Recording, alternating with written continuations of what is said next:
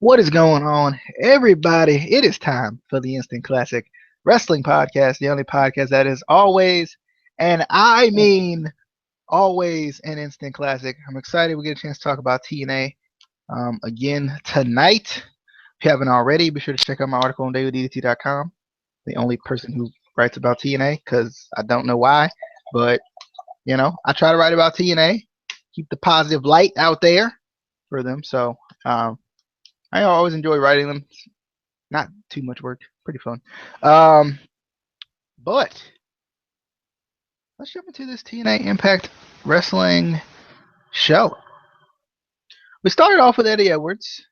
Um, basically, just kind of started the show off with a promo, and basically the entire roster came out. It felt like um, it wasn't the entire roster. It was like four people who were in qualifying matches tonight for to be the number one contender for the world champion. They kind of just staked their claim to why they should be the world champion, and I enjoyed it. I think the biggest thing for me was the fact that Eddie felt like he had improved on the mic. I don't know if you felt like that, but I personally felt like Eddie sounded better, if not better, just more comfortable. It felt like he was just getting, he was getting his confidence up on the mic, and that helps when because he's opened up I think two or three shows since he's been champion. I think it's two, but he's opened up some shows while being champion. So I felt like that was a good thing for him to. It's really helped him. I feel like being able to open the shows up like that has actually really helped him out a lot, and I'm glad that he's kind of getting that opportunity to just improve himself as much as he can. We had Mike Bennett come out and kind of do his thing. Eli Drake came out obviously because he's facing him tonight, and I like that. I like how they continue to build that, on to the main event tonight. But I thought this was a good promo. EC3 was out there as well. I thought this was a good promo. I enjoyed it. I'm glad. Just good to see Eddie Edwards improving on the mic because I know we have kind of been vocal and not too happy with Eddie Edwards on the mic over his career, but I think he's definitely improving. But Casey, any thoughts on the opening? I guess opening promo, kind of opening segment. Um, I think weirdly, in a way, Eddie Edwards and Brandy kind of have something in common where I feel like with Eddie without Davey and then with Brandy without Cody there, they're kind of a little bit forced to, break out in their own kind of spotlight, and it's helping them. Like I messaged you earlier, saying Brandy was the woman. Well, I said man, but I meant woman. I like what she's doing, but I do think Eddie is getting better on the mic. He still, he still needs work on the mic, just getting more confident, and I also feel like he's becoming, I don't want to say more believable as a champion because it's not that he's not believable as a champion. He's been, world champion in other companies before, so it's not like he can't be world champion. But kind of like we said in the past couple of weeks, where it just, I guess we weren't ready for it. I think is a part of it. When he won the title, I don't think any of us guessed that he was actually going to win the title, which is a good thing on TNA's part. It kind of, was a surprise. But I definitely am, liking him more as a champion now. And I hope they keep it on him for a while. I did like all the other guys in the promo, but I kind of found myself focusing on Eddie tonight in this show more specifically. And I think that is just because he is becoming more comfortable as the champion and more comfortable on the mic. And they're actually giving him a chance. It's not, I think also when he won it, I think we just thought it was going to be a week or two, and then they were going to, he was just going to be a transitional champion. And while he may still be a transitional champion, I like that they're keeping it on him for a, longer period of time.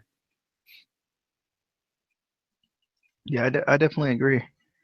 Let's jump into the second thing we had in the show. I guess it could be our first match, which was Moose versus Mike Bennett. This was a qualifying match for the future title shot, number one contender spot. I was excited about this match though, just because we've seen these guys face off before, um, but we haven't seen them face each other that much yet. So it was kind of nice to see kind of in the first round. I like how they worked off of each other, especially considering they had faced each other before. They have a lot of history together. They know each other, and I like the psychology of the match and the way the match played out, where they were able to reverse each other's big moves because they knew each other so well, and it was kind of different from like the Abyss versus EC3 match that would come up later, or the Robbie E and Grado versus Lashley match that would come up later. I just like that they kind of the psychology was different in all the matches. It felt like, and I like that. I felt like Moose was gonna win, but Mike Bennett found a way to win. Um, and I was kind of surprised. I was not expecting Mike Bennett to come out and win this match, but he did, and I'm excited about it. I like how they still call him the hardest man to pin. I just think it's a kind of a cool moniker for him. And kind of it's one of those kind of heelish things. You kind of just finds a way to win and everything. So I like the way they're booking Mike Bennett. And they booked it in a way because he got the win via count out after Moose ran himself basically into the steel stairs. And I like how they booked that because it still protects Moose because Bennett doesn't beat him like clean technically, but Bennett still beats him. So it kind of it helps out everybody. I feel like, and I like the way it played out. And plus, I also liked how Mike Bennett kind of had to change up his strategy when Maria got thrown out very early in the match. I thought that was pretty cool. It's cool too how they booked that. But Casey, thoughts on Moose versus Mike Bennett? I definitely liked it. I like that Maria kind of got kicked out pretty early on to kind of make it a little bit of a more fair fight. Um, I also like that, yeah, we've seen them go, fight before, wrestle before, whatever, but this wasn't just their feud. There was implications for this. There was a possible title shot in the future for this. It wasn't just uh, their their typical feud, which I like their feud, but sometimes you want something to kind of spice it up to give it a little bit more meaning, other than I have a problem with you, you have a problem with me. At least there's a possibility for a title shot in this, but definitely a good match. I am done. You may move on. I don't need you to tell me when you're done. I got it. I I think got it. I think you do. I Don't really, don't really. don't you worry. I got it. I know when to know. I'll show you how to know when you're done. I got you. I got you, Casey. I got you. I understand. I get it. I got you. That's how I'll know. When if you guys don't know, I muted him. It was kind of anyway. Let's jump into the next thing we had. The Matt Hardy The who? segments tonight. I Who's don't know. I don't know if you liked him as much as I did, but I loved him. I thought it was like I like how they're taking the broken thing and putting a spin on it, so they're keeping it fresh even though it's already over, and I like it. I'm not gonna put them all in one. I have them separated out, but I like this was the one where he was building the dining room, and this was the very first one. It like I love how he's still kind of like he's still like the broken Matt Hardy, but like it's just a little bit of a twist on it where he doesn't understand like anything. I think this was a point where he didn't understand why he would be in professional wrestling, which was funny. It was funny because it was kind of one of those things like how people who aren't wrestling fans will ask you why you're a wrestling fan. That's what it felt like while I was watching Matt right here. He was like asking Jeff, why would you do that? Like, I just thought that was freaking hilarious. And Senior Benjamin was just hanging. He was just hanging out. And that was pretty hilarious too. How Senior Benjamin it was kind of like they had like a role reversal or something. It was pretty cool. I thought this first segment was pretty funny. Um, I was so excited to kind of see how it was going to progress out throughout the night. Any thoughts on the first Matt Hardy segment? This is the one where he was building the dining room. This this was amazing. I love when he's like, "What do you think, Mister Benjamin?" And Senor Benjamin says something in Spanish, and he's like, "I don't speak Spanish." I was like, "Oh God." Um, and then Rebby's like, he's building another a dining room, and Jeff's like, "Don't you guys already have a dining room?" She's like, yes. I just kind of liked it. Kind of like DJ said, it was still broken Matt, but it was uh, broken even more to uh, just almost normal, but like kind of like he said, like those people who don't understand wrestling and why would you do that? You know, it was just I hope they kind of keep this going. I feel like the other segments got even better throughout the night, but the first one was definitely really funny with him, building the new dining room. I am done. You may move on. This is my show. I don't care when you're done. I will move on when I doggone well please. Okay, well, and he was wearing like a nice, like sweater vest thing. It was cool. He still had the hair, so You done. You done. We moving on. But next we got the tribunal. Um, we got the tribunal, and we got Al Snow. They're in the same ring. It's a reunion. It's a reunion. The reunion is real, baby. Al Snow's finally back from his career-threatening injury. Or I don't know what he said in his little backstage thing when he was like setting the scene for this or whatever. But like he was like, I almost died or something. Like, it was freaking Al Snow had me cracking up too because he was like I like he was like so exaggerating. I just thought that was funny. And then basically he comes out for the celebration, and the tribunal they don't need Al Snow. They've been away from him for so long. They don't need him. So the tribunal turn on Al Snow, and Shearer comes out, and it does not matter because he gets taken out too.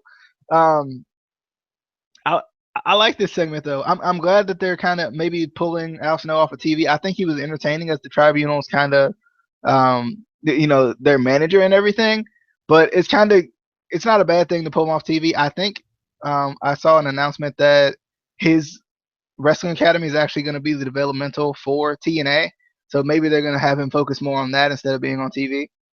So that'll be a good thing for them. But I'm excited to kind of see how this is going to go. It was kind of ironic though to see Shira and Al Snow laid out. I mean, together. Like it was kind of ironic because they've had kind of their own past, their own kind of bickering in the past. So I just thought that was pretty freaking funny. But Casey, thoughts on the tribunal turning on Al Snow? um, I liked this segment, but I felt like it was unnecessary in a way. Al Snow was already taken off TV, so why do you have to bring him back to take him off TV?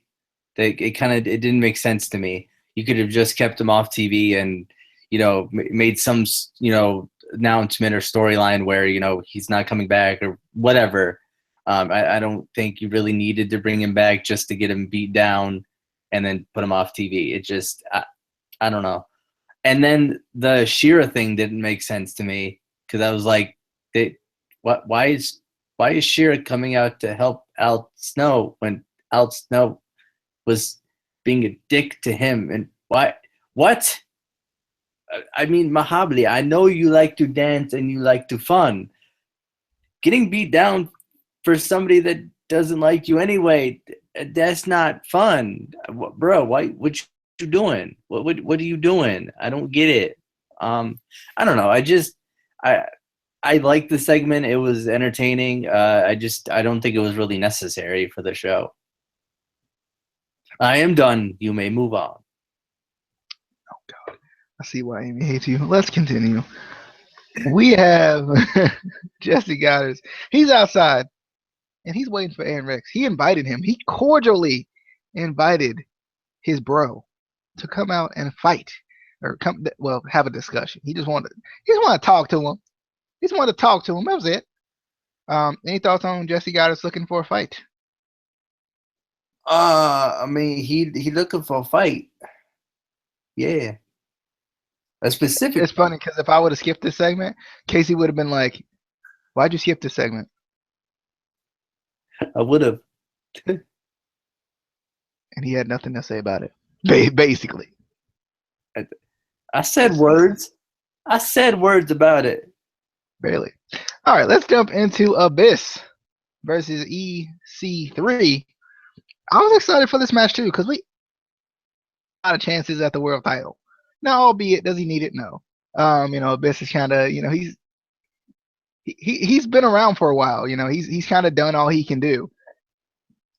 Even though the decay thing is still fresh. I don't think Abyss necessarily needs a world title shot, but I was kind of glad to see him get like a chance to qualify. I thought that was pretty cool because rarely ever does Abyss kind of get the respect he deserves to a certain degree in the world title picture and everything. So I just thought that was kind of cool because it's been a while since he even won the title. It was a couple, like 5 years back. It feels like now, but I enjoyed this match. I thought this match was pretty good. It was interesting to see EC3 as the speed guy, like in this match because he's so big, and he's kind of like a more of a power technical type guy. So like he doesn't really like use his speed very often, but against Abyss, he kind of had to. He had no choice, and I like that.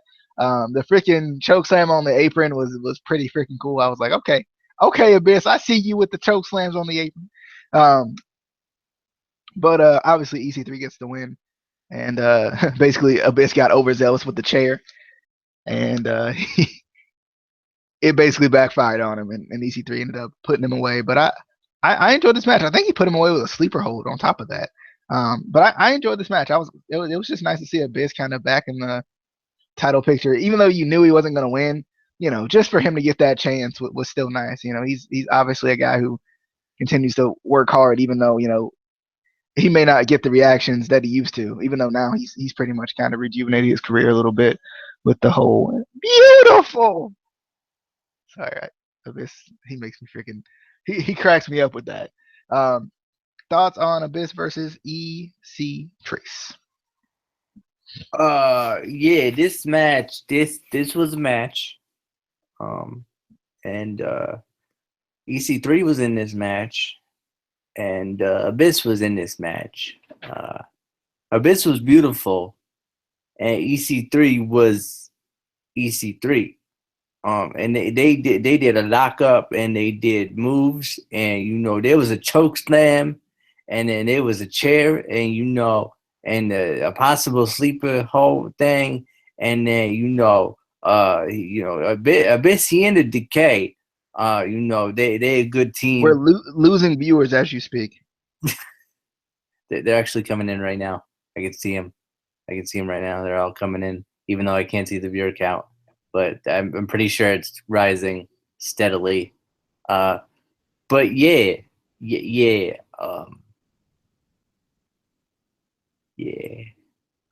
This man probably didn't even watch the match, I didn't.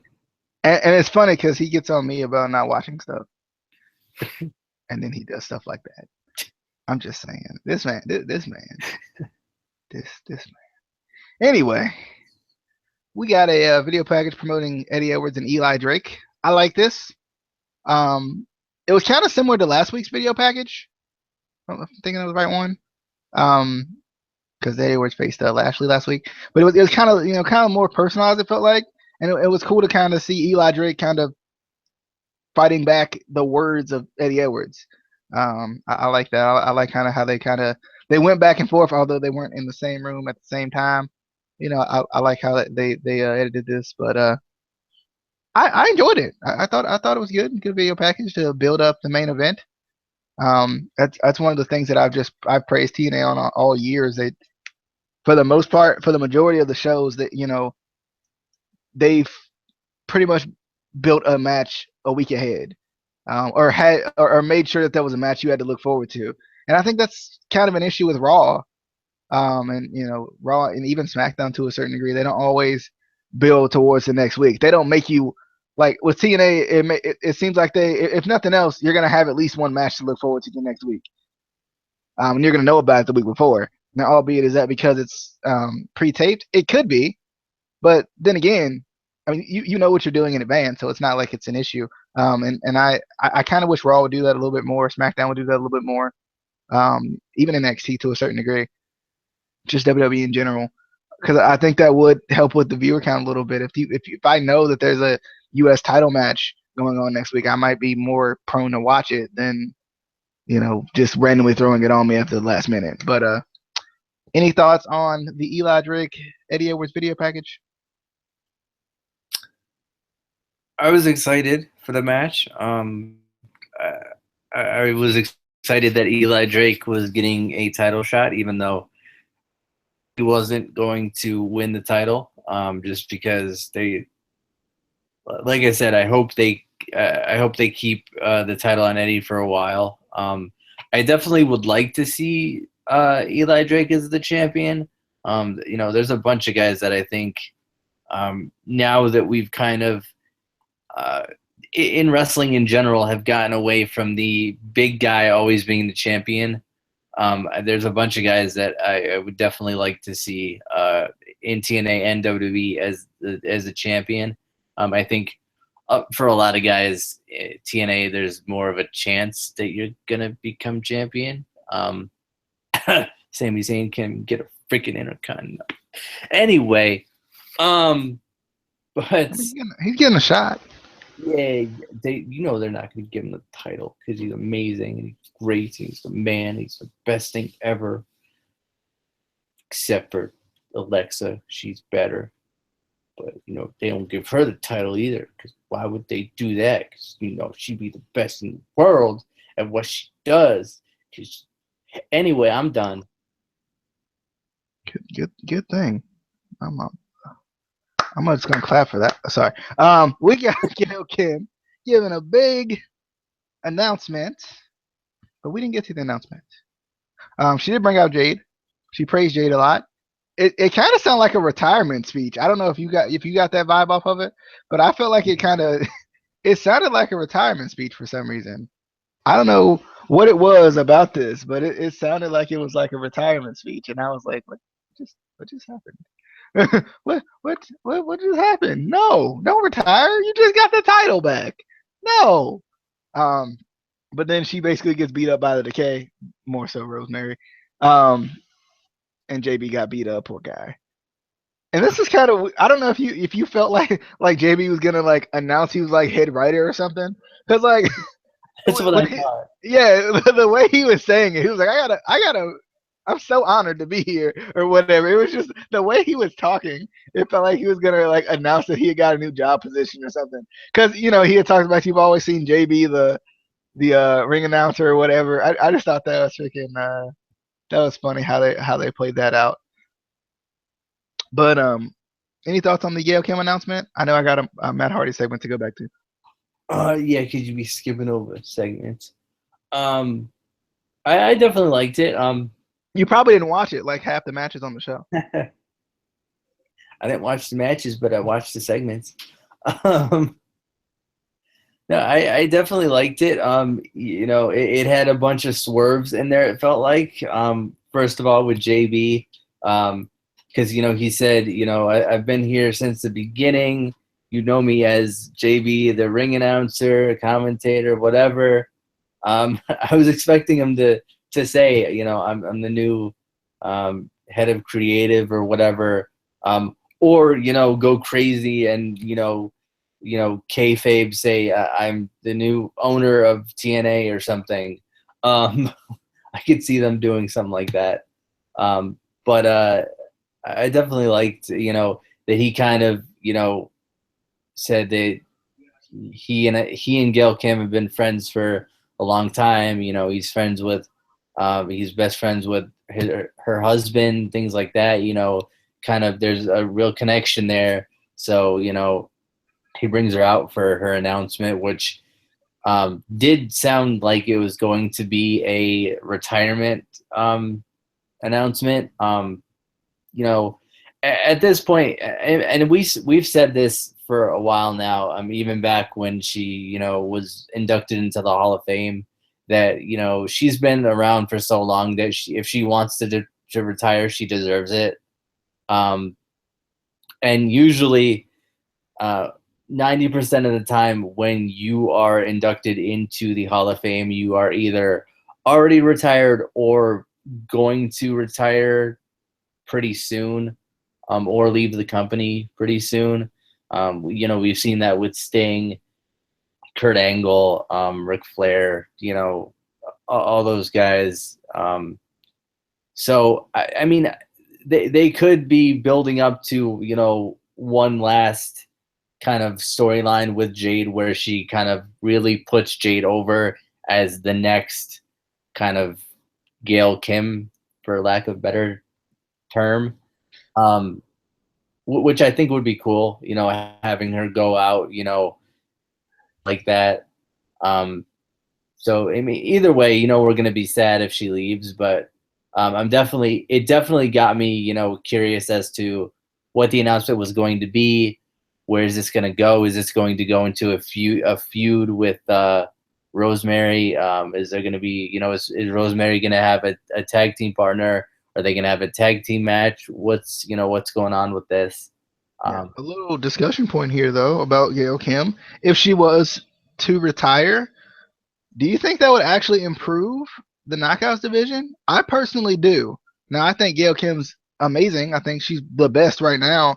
But I think from a TNA booking standpoint, it would actually help them because it would force them to use kind of the newer knockouts that they have, use a lot of that talent that we haven't really seen yet, which wouldn't necessarily be a bad thing because I think a lot of times TNA kind of leans on Gail Kim because they have her, right? Like, I mean, when you have that big star, you have that woman who's kind of pioneered it, you you always kind of go back to her. And I think they've kind of been using her as a crutch. I felt like, especially when they bring new women in. So I think it might actually improve the Knockouts division for her to retire. Not necessarily saying that um, anything against her, just the way they book the Knockouts division in general, because they always tend to lean on Gail Kim. When they need a champion, they lean on Gail Kim, but then they will force them to lean on somebody else, whether it be Jade or whether it be Marty Bell or whoever. But any thoughts on that? yeah, I think. I mean, it's kind of the same with WWE, where Cena is their WWE's crutch, or Randy Orton is their crutch. The guy that they lean on, or they always go back to. And we kind of more so Cena, because we all want Cena to finally go away. But I mean, and I think to an extent, Orton and all those other guys kind of need to fade off too. But with TNA, definitely in their knockouts division, we already um, barely really see Madison Rain, which is, we miss her and we like seeing her on commentary for the knockouts matches, but I think it helps that she's not really in the division right now. And I think, taking Gail Kim away would help it too, just because, kind of like DJ said, um, it it forces them to use the new talent, which is a thing where I think with the mainstream companies, they're afraid to do. They're afraid to stop leaning on their crutch, or Yeah, their it's one of those things that happens with everything.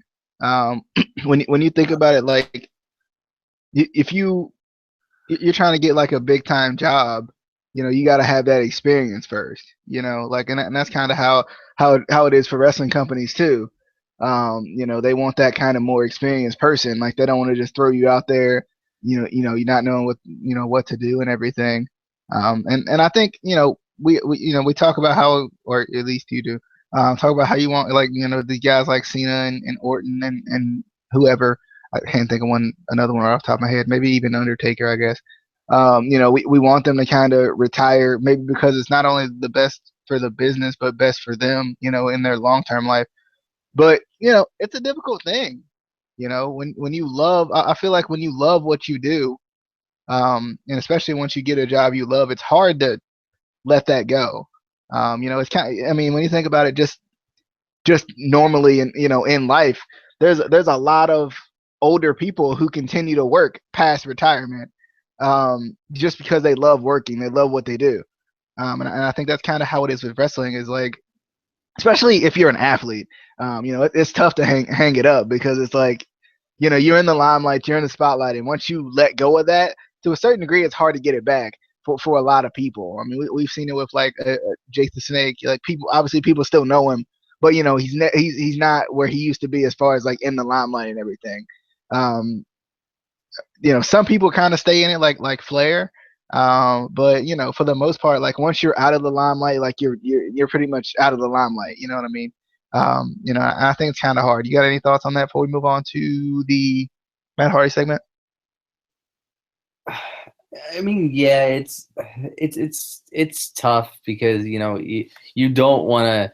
It, it's kind of like, we always talk about these old guys kind of trying to relive their glory days, especially like the Jake the Snake Roberts and all the other, uh, guys that are kind of floating around the indies now, that, used to wrestle for WWE or used to wrestle for WCW or whatever. And now they're kind of in their 50s or 60s. Obviously, Gail Kim isn't to that point, but you know you, you don't really ever want to, if you don't have to jump, get out of that limelight. You don't want to leave the fans. You don't want to leave the business. The business kind of gets into you, and it's something you don't want to let go of.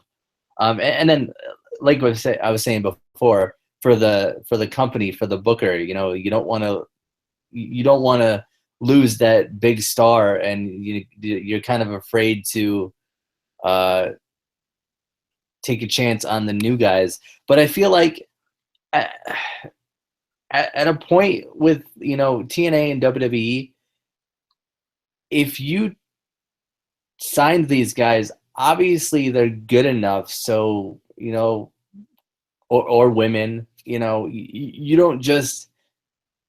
I mean, we could joke about guys like Roman Reigns, but honestly, to get to WWE or TNA, you have to have a certain amount of talent, or something that, Potential, at least. yeah, that they saw in you.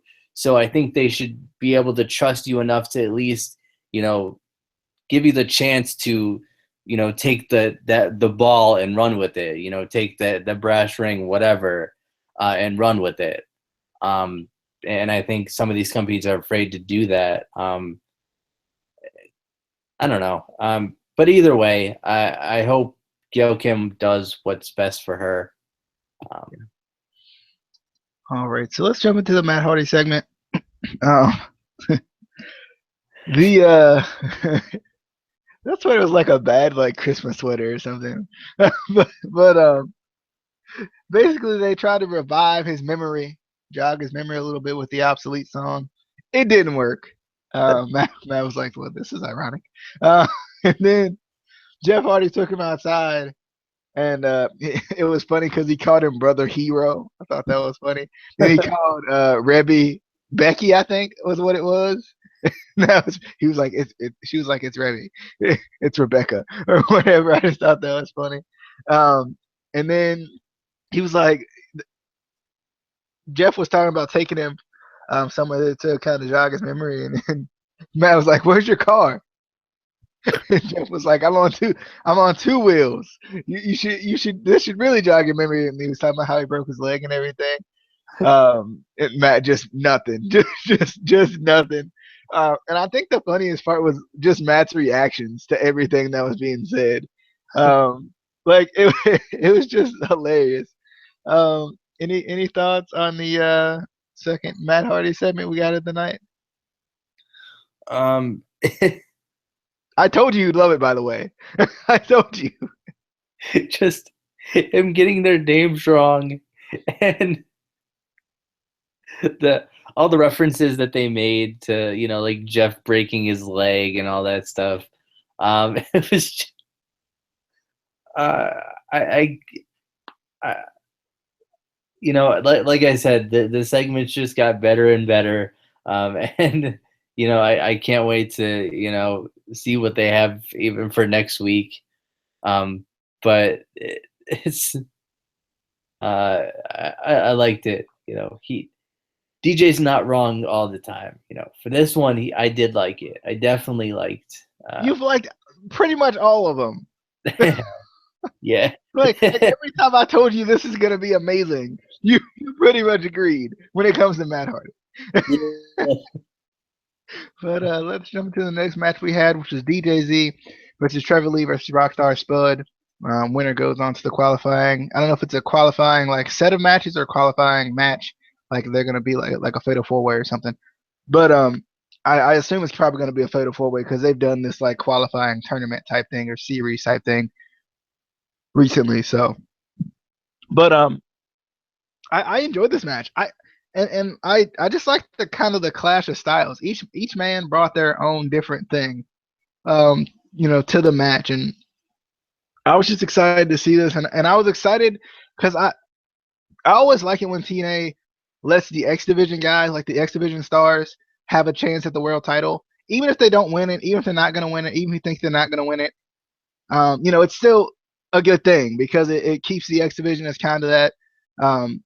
These guys can't. There's a possibility that they can't win the title, and obviously Eddie Edwards, kind of an X Division guy, or at least of that stature.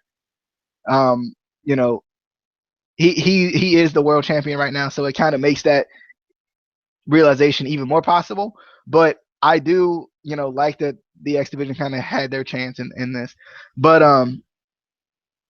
I just enjoyed this match. I like that everybody kind of did their own thing. I was kind of hoping Spud would win just because I had a feeling they were going to go with the maybe the Rockstar Spud versus EC3 rematch. That would be pretty cool, especially considering Spud's a heel now and EC3 is now a face. They kind of had that little thing too a while back when Spud did turn heel. But I was kind of happy that DJZ didn't win because that would have been like the predictable route. Not only would that have been the predictable route, but it would have made next week's match even more predictable. And I think Trevor Lee is really good. I don't know if Trevor Lee gets the credit he deserves, but he's really good. Um, I enjoy watching Trevor Lee in the ring. He's good. I don't know what it is about him, but he's just good. He's kind of that hybrid type of a guy. And I like that they've kind of instilled a lot of these guys who are kind of like hybrid type guys. I'm glad that they have kind of bought into that, bought into more of the kind of no limits type style. Because Trevor Lee obviously can fly around, but he doesn't necessarily look like the normal X Division guy. Same thing with Marche Rocket. But I just enjoyed this match. Trevor Lee gets the win. I was excited about that because I just didn't want DJZ to win just because he's already the champion. So obviously he's not going to win another championship more than likely. Casey, any thoughts on the three-way kind of number one contender qualifier match thing? I liked it. I agree. I like that they didn't go the predictable route with DJZ, just because it feels like they've been pushing DJZ so much that you kind of figured he was gonna win. But I was honestly surprised that Trevor Lee won. I don't know why, but I was expecting either the obvious, DJZ winning or Rockstar Spud. For some reason, I didn't really see Trevor Lee winning this match. For whatever reason, I like that he did. I kind of wanted to see Rockstar Spud win a little bit more because that man, he's so good. He's so good. He deserves another title shot. Come on now.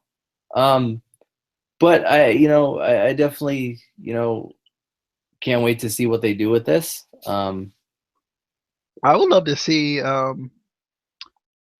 Trevor Lee and Andrew Everett like seriously as a tag team. Maybe even probably definitely tag team champions. Yeah. Because that's one of those like, and I think that's what kind of sucks about the depth of TNA's roster is they don't really have that depth to where they can like because if they pull two people from the X division, it's like half the X division's gone now. And I think that's what kind of sucks about the depth. I wish they could find some way to sign more people, just get more depth on the roster.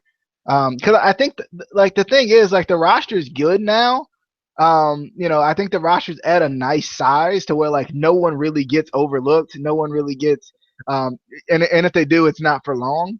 But I think one of the issues is with that depth, like they can't create new tag teams and try out new tag teams and stuff like that. They kind of got to stick with what they have because still right now they still have what like three tag teams right now or what, the Tribunal four. I think it's four tag teams, which is probably the most they've had in a while. But if they had just a couple more people, even if it was just a couple more people to kind of fill out the X division a little bit more, just a couple more people here and there, that would help out a lot. But I kind of would love to. I would love to see Trevor Lee and Andrew Everett as tag team champions. I mean, Trevor Lee showed like he proved that he could be good as a tag team guy. So I was excited when they signed him. But we had a backstage segment with Grado and Robbie E. Um, talking to Aiden O'Shea.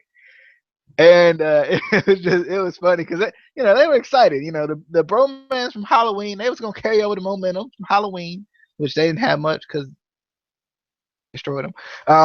But they was gonna carry over what they had, into a nice match tonight. They was excited. They had a handicap match. A chance to advance on into the world title qualifier. I don't know how that would work if they would have won, but still. And it was funny because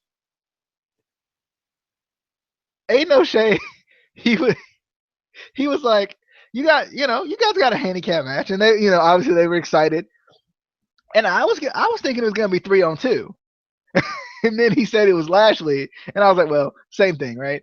I just thought that was funny.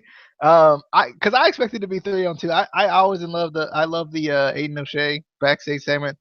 Obviously, it seems like we won't be getting many more of those with Billy Corgan being gone. But you know, um, any thoughts on the backstage segment with Grado and Robbie E?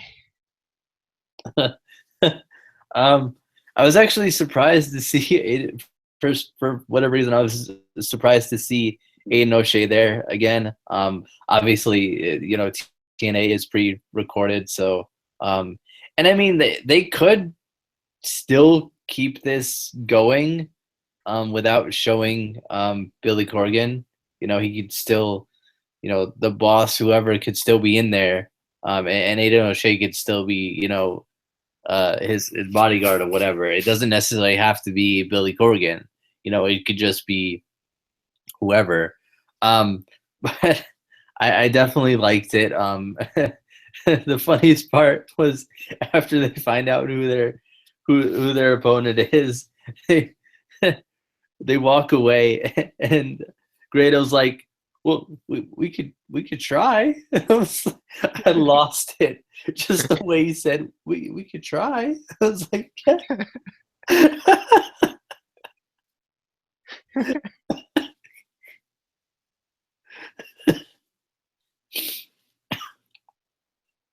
"I am done. You may move on." We could try. All right, we got another backstage segment with Allie and Brandy. So Brandy was reaching out to Allie for help, but Allie doesn't feel comfortable yet, and also Brandy kind of points out that Allie was watching a Braxton Sutter match. I would feel like that wouldn't be as big of a deal. Like now, I could see if she was like fangirling out and cheesing it up and everything, but just watching the match, she's a wrestler. Well, technically, like I wouldn't. Like, she's backstage, right? Like I wouldn't expect it to be like such a big deal. Obviously, people know that they're married, but I like how they're kind of playing out this storyline, of kind of Allie and Braxton kind of getting together in some form or fashion. Because they didn't come together, they didn't come married, so it kind of they didn't come like as a package deal. I don't think so. It was, it's kind of nice to see that they may bring them together. I'm not sure. It might just be a kind of Braxton sticks up for her type thing. Um, but I like that Brandy reached out to Allie. Allie for help, and I like that Allie isn't like just like yeah I can do it. I like that she is really thinking about it. I think that's a very important thing is you can't just have her just change like that. You gotta have her kind of still be thinking about it because like she said, Maria kind of pays her bills or whatever. Um, you know. But I like this. I like this segment with Brandy and Ali. I enjoyed it. I did. Casey, thoughts on the backstage segment with Brandy and Ali? Um, I loved this. This is when I texted DJ and he didn't reply to me. And that I love Brandy. If you texted me tonight, I was at. See, I don't think you understand how Wi-Fi works. It's not everywhere. I'm just saying. I'm just throwing that out there. Wi-Fi is not something that you can get in every place ever. Now, yeah, did I read the message? I did because I turned my data on for a second, and it was a lucky guess. But still, I mean, if you turn it on for a second, you could have replied for a second and then turn it I on. just read it. All I did was slightly read it. I'm just, I but just thought it was you being mad about me not being at home. well, yeah, So with that too. But no, I liked it. I just like Brandy. I feel like she's really quickly feels like she's feeling more comfortable, in her role, and she's good on the mic. She's good talking in general. And I liked her interaction with Allie here, kind of, telling her that she shouldn't just be pushed around. She should stand up for herself. And I kind of hope over the next couple weeks she sort of continues to do this, trying to get Allie to team up with her and help her out. Because I think them eventually teaming up would be really cool. To kind of stand up to Maria and Laurel Van Ness. Um, but I definitely I hope they do continue that. Because obviously we all know Allie and Braxton or Butthole, whatever you want to call him. Sometimes you want to call him a butthole because he charged you $5. this man gotta make his money too. Yeah, but I hope they do. Because we already know that they're together, so build it up in the storyline too. It just makes sense. But I definitely hope they do something with Brandy and Allie. Oh, sorry. Let's move on to let's move on to Lashley versus Grado and Robbie E. It's over, guys.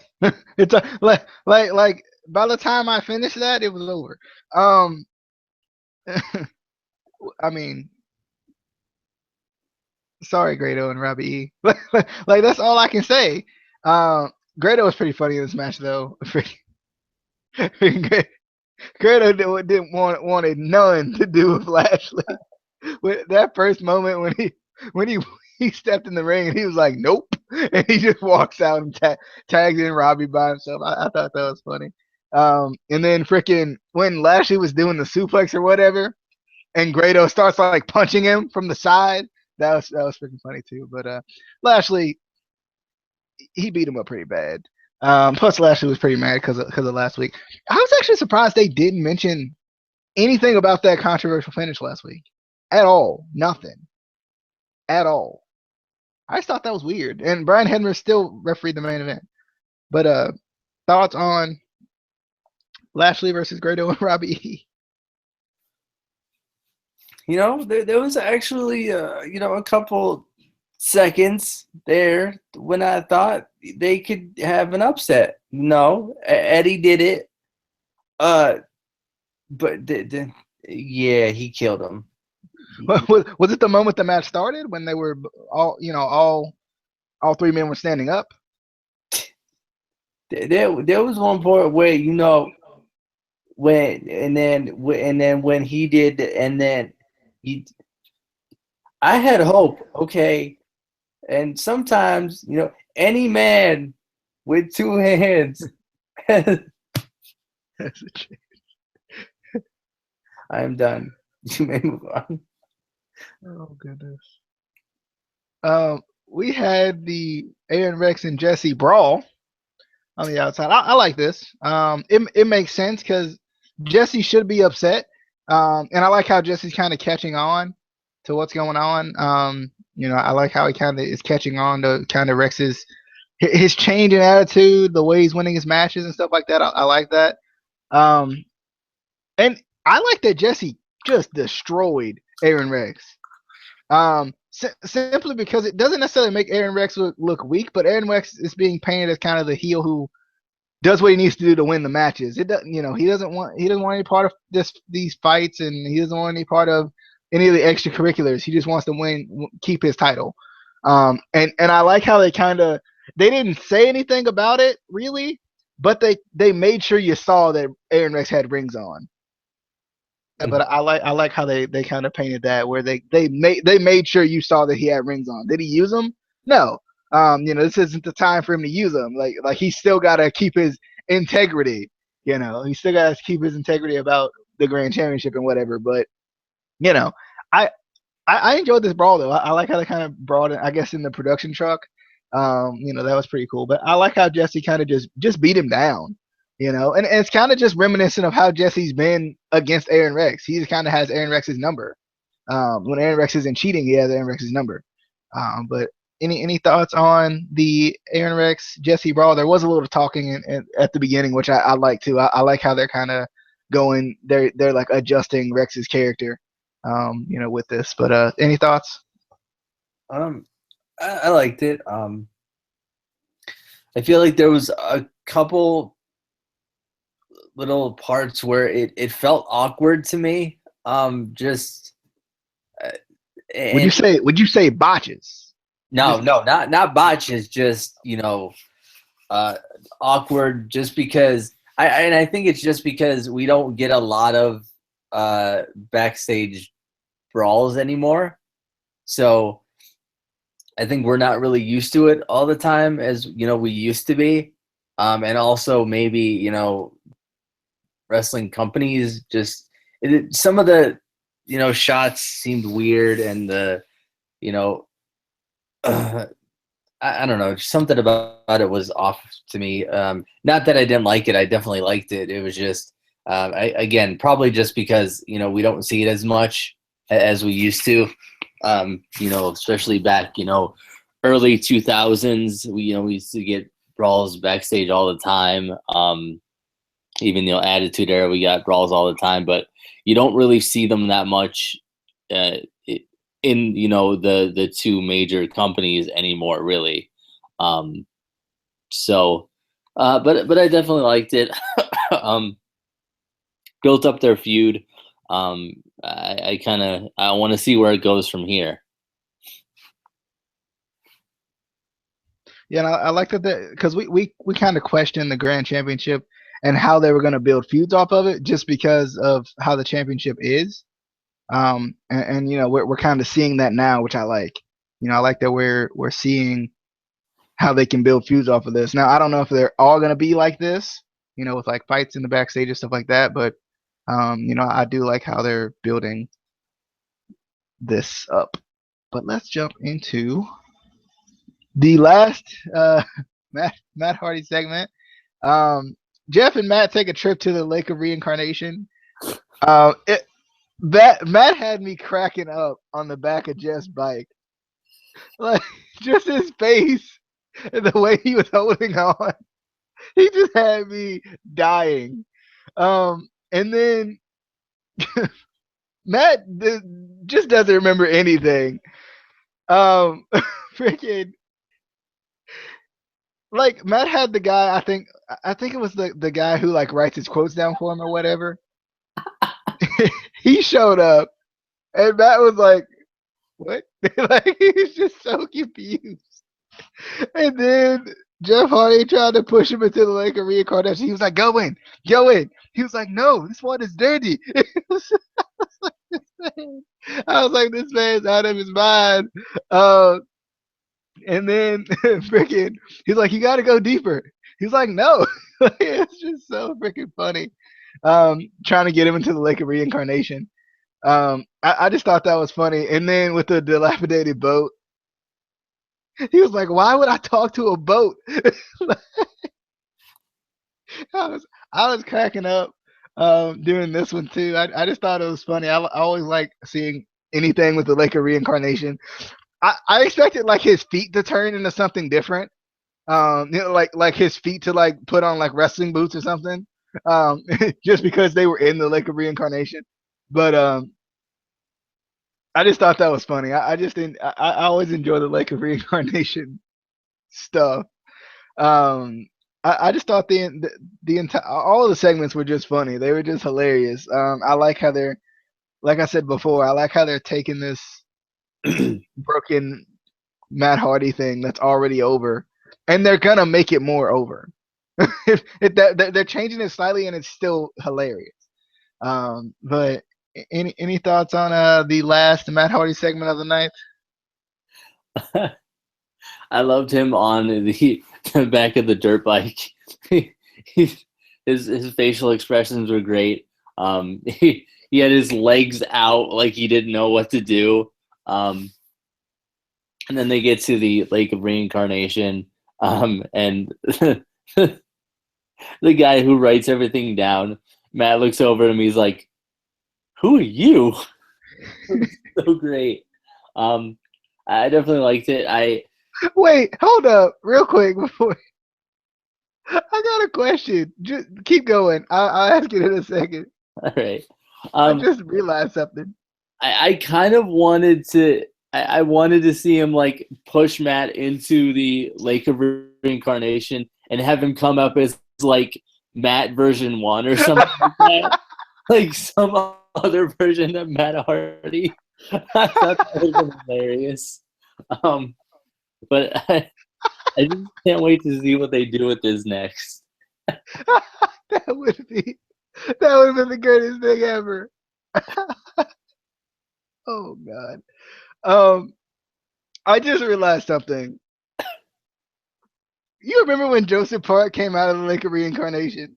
Yeah. I didn't realize that was the Lake of Reincarnation, and that's why he came out of there. That, I just realized that. Darn it. God, this Matt Hardy stuff is absolute gold. I know some people don't like it, but like, don't take it too seriously. Like, it's not supposed to be the greatest acting in the world. You're just supposed to laugh at it. Like you're just supposed to be entertained. Like you're just supposed to be entertained. I mean, I'm not out here looking for Zac Efron or Vanessa Hutchins or something. Like I'm looking for Matt Hardy and Jeff Hardy, big Matt Hardy and Jeff Hardy. I love it. What And see? I like how, What gets me is we have wrestling fans complaining that this is horrible acting. What do you call professional wrestling?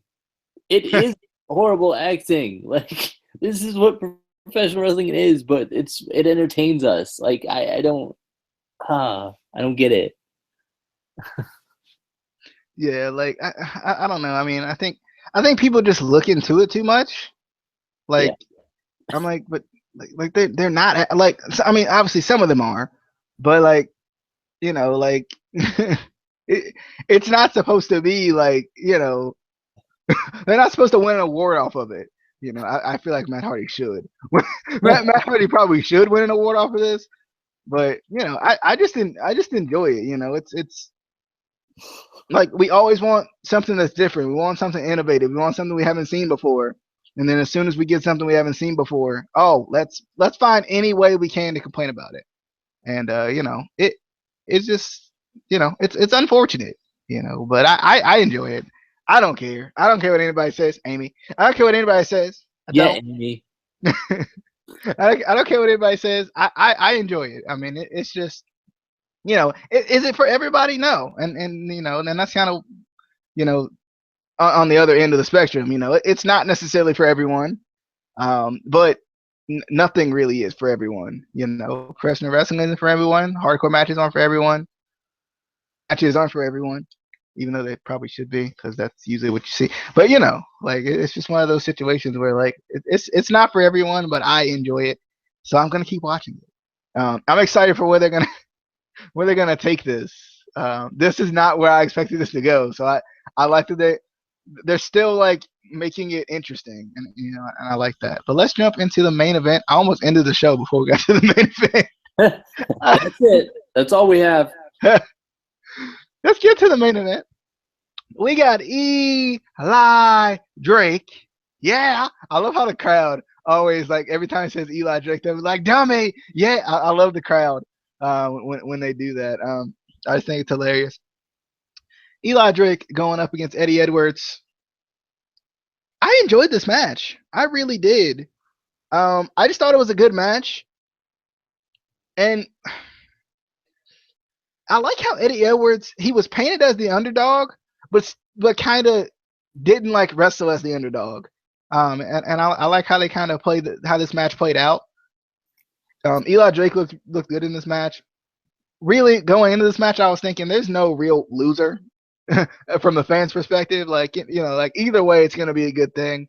I had a feeling Eddie Edwards was gonna win, but I was kind of disappointed to see that Eli Drake didn't because he cashed in his um, bound for gold, and I'm really excited to see when Eli Drake finally does get that title run because he freaking was amazing as the King of the Mountain champion.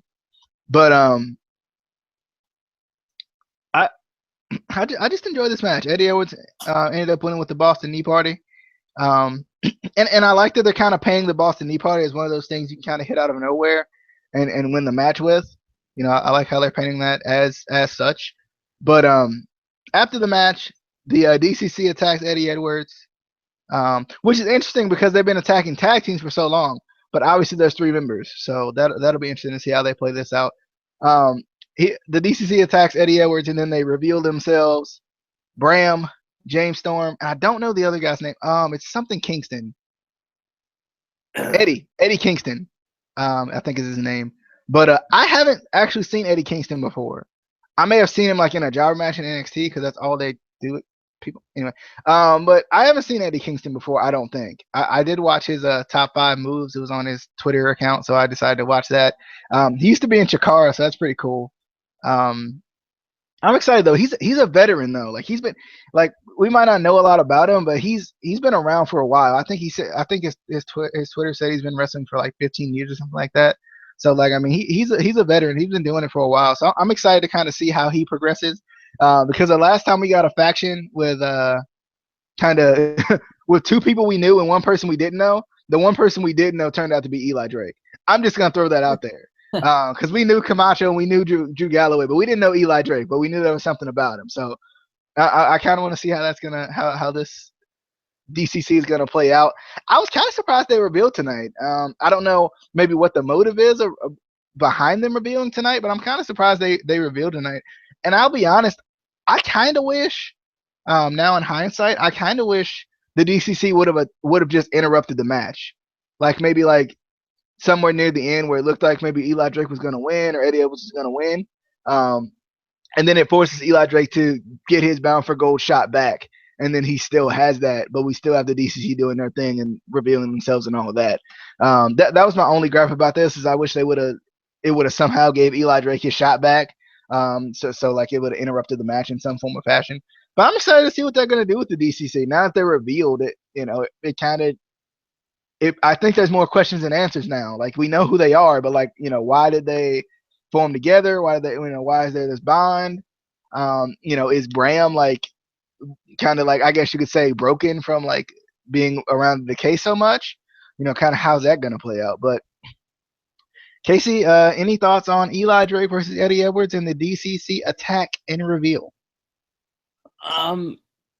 I definitely thought Eli Drake and Eddie Edwards was a good match. I don't think it was anything amazing or it didn't blow my mind or anything, but definitely just a really good match. They worked well together. I felt like it was one of those matches where you felt like it could go either way. Obviously, I wanted Eddie to retain. I do want to see Eli Drake win the title at some point, but I don't think he needs it right now. Is the thing. I think Eddie kind of needs it a little bit more than Eli does. But then when the DCC came out, I was definitely excited to see them again. I I also thought the reveal was a little bit too soon and weird. I would have rather, have them be revealed by, maybe during a fight, one of them accidentally gets their mask ripped off or something, and that one gets revealed, and it kind of slowly over time. But then again, that might feel a little bit too much like Aces and Eights, because that's kind of how Aces and Eights started to get revealed. Yeah. But I just it was just it felt weird that they just all of a sudden revealed themselves to I don't know. But I'm definitely excited to see what they do. Obviously, James Storm is the leader, sort of. It's going to be interesting to see what they do with them. I definitely want to see, how they, work Eddie Kingston into that faction sort of thing. Because I have seen a bunch of his stuff from Chikara and some other indie promotions. I definitely like him from what I've seen, which is a little bit more than DJ has. So that's why I was excited when I knew who the three members were, and he kept saying, "Don't tell me, don't tell me." I would have rather have not known Bram and James Storm. I'm just saying it would have just been cooler. Oh, by the way, it was Bram and James Storm. I'm just saying that's why I don't like spoilers though. Just that's why I try to stay away from them as much as possible, because that would have been because I thought I seriously thought James Storm was gone. Yeah. But and that's why I kind of freaked out when I did find out it was James Storm. I was like, oh, what? Yeah, I mean, remember when I was saying that they've done a good job of keeping this like making him feel like he was gone.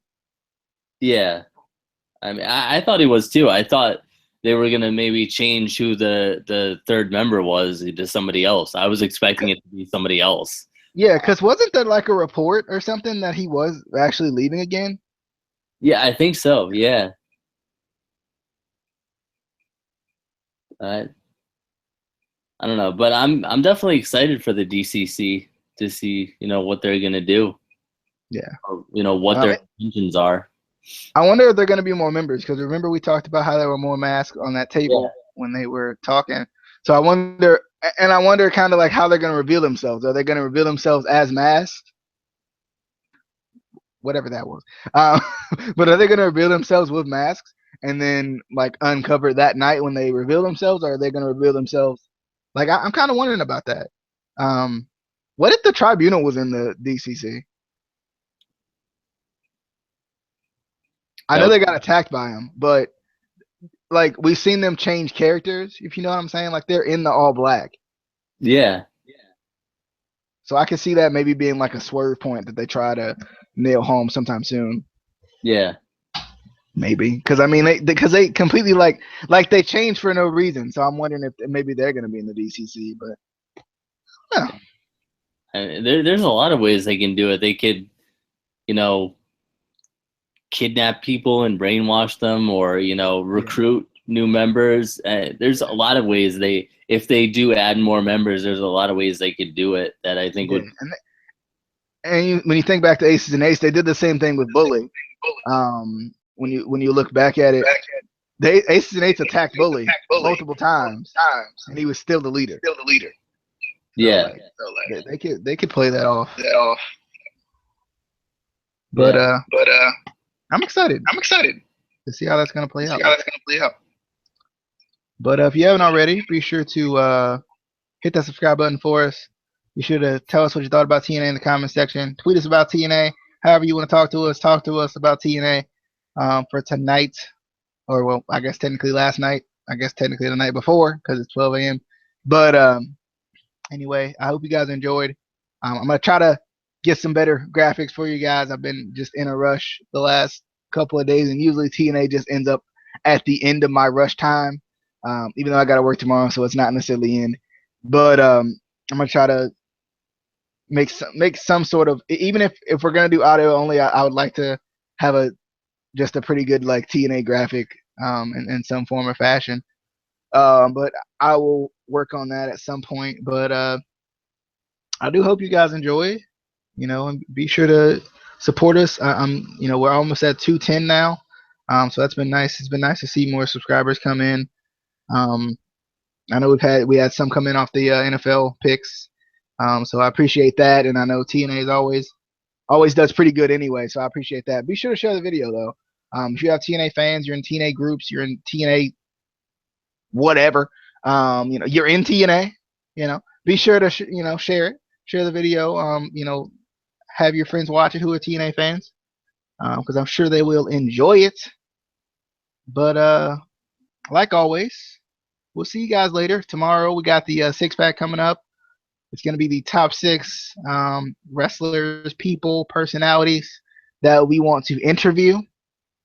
List. Don't worry, I'm gonna interview myself. It's gonna happen. I don't know how you do that. I don't. But I'm gonna try it. We're gonna try it one day. We're gonna see how it. So top six people I want to interview. Number one, Casey and I. Let's just see how we do it. Let's just see how it works. Number two, Amy. Number three, Molly. Number four, not Justin. Alrighty, guys. We'll see you guys later. Be sure to come back for the six pack tomorrow. Not sure when it's gonna happen tomorrow, but I know it will be up by the end of the day tomorrow. So I hope you guys enjoyed. We'll see you guys later. Peace.